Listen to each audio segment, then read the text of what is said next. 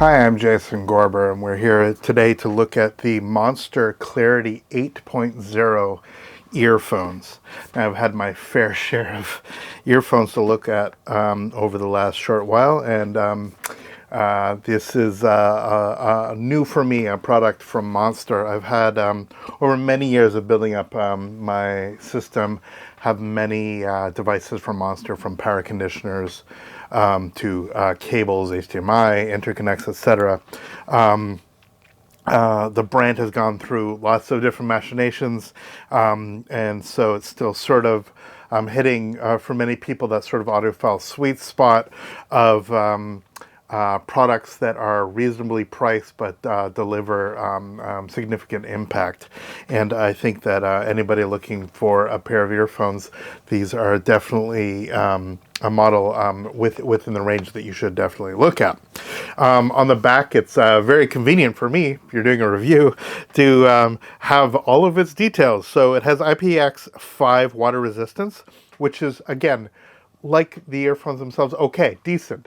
It's not the IPX7, or I think this is an IPX9, but the point is, it's not, you're not going to be swimming with these, but at the very least, it's pretty good for a little bit of dampness, a little, if you're sweating, that sort of stuff, it should do the trick. It's, again, the earphones themselves are waterproof, the case is not, we'll get to that. Wireless charging case is discussed. Pure voice clarity, sure, so it has microphones in it when you actually make calls, or speak to your assistant. 50 plus hours. It promises 50 plus hours. Well, that's sort of true.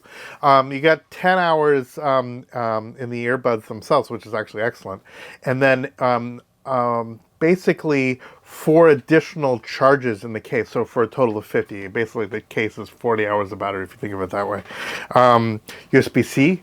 Again, if it's not USB-C, and when I'm shooting this video, we got issues. USB-C obviously is the new definitive, and Bluetooth 5.2, which is again one of the more modern Bluetooth transmission techniques, though it doesn't have built into it any of the sort of fancier audio codecs. Stuff like LDAC or aptX 8 or HD and all the other stuff that we have. It's basically straight run-of-the-mill Bluetooth, which is for most intents and purposes fine. Inside said box, we have documentation. Now, normally it's not a big deal for documentation, but one thing that is in here, other than sort of a relatively simple user manual, which I'll come to in a sec, and warranty information, is this Monster app.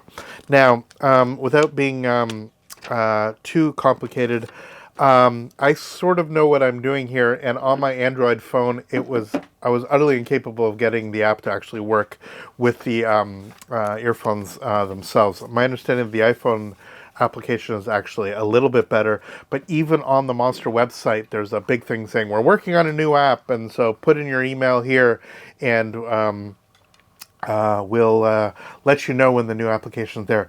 Even on the App Store itself, it's not actually in English. The actual all the descriptions, all the writing are actually in Chinese characters. So that's one thing to say. For when it comes to earphones like this, you kind of a little bit need the instruction manual in order to know how to use some of the device's functionality. In terms of touching and stuff like that. A lot of it is just you sort of go through and sort of randomly keep trying things until it works. They do have, again, noise cancellation. Noise cancelling is pretty good. Again, you're going to hear a lot of pretty good with these earphones. The case itself comes with a nice set of the small and large earplugs. It's always nice when they actually include that. The mediums are on here. Those are the ones that I use for testing. And the case is a little eggy case. Inside are the earphones. They're the sort of teardrop shaped. The top sort of they sort of fit in the little clamshell, and because they're magnetically held, they're not falling out anytime soon. Little charging light on the front, and on the back, USB-C. Remember what I said about being waterproof? No flap here the way there are on some. Water's obviously going to get in here if you actually were to do that. So the case itself, you do not want out.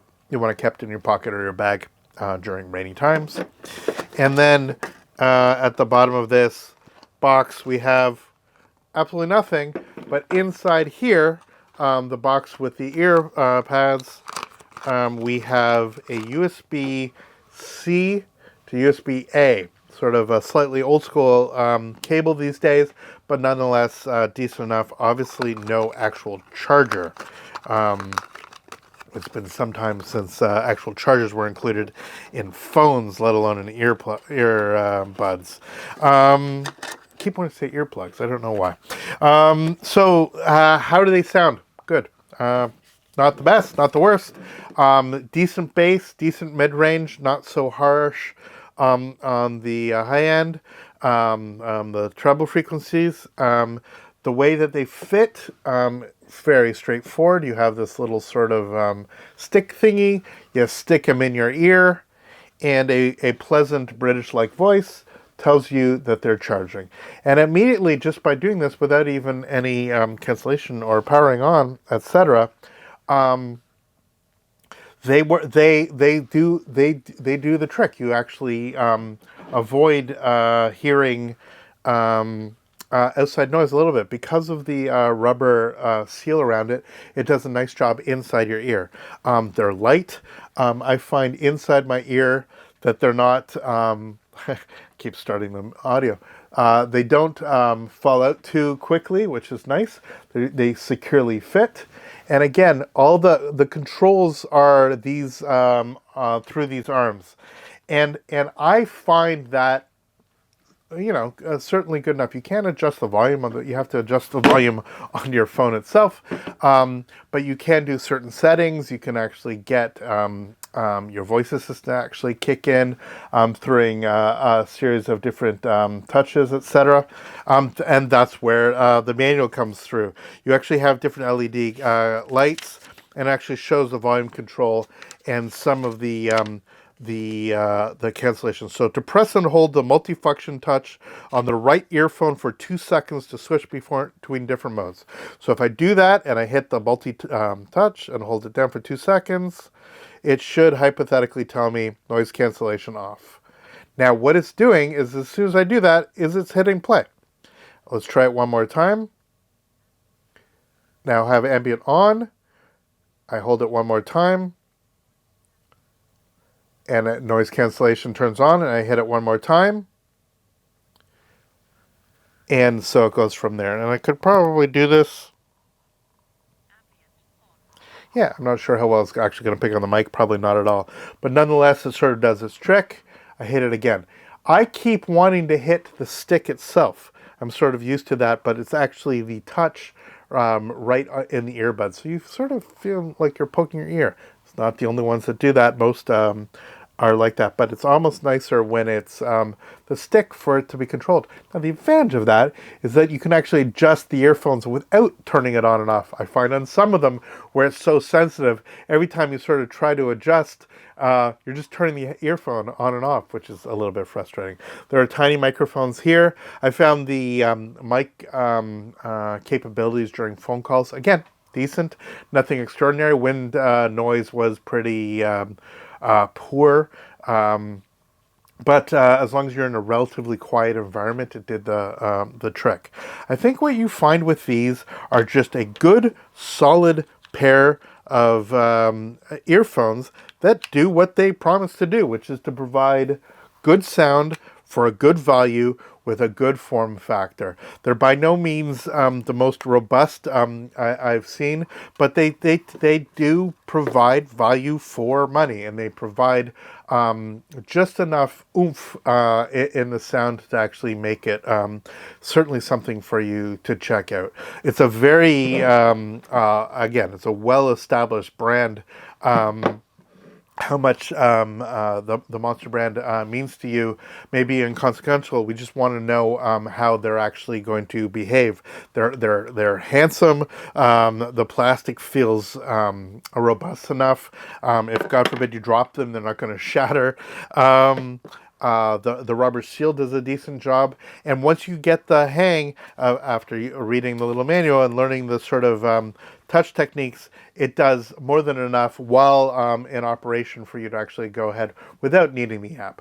disappointing that the app, again, I found it on, at least on my phone, on Android, not usable. So I wasn't able to adjust some of the other features, any equalization or anything like that.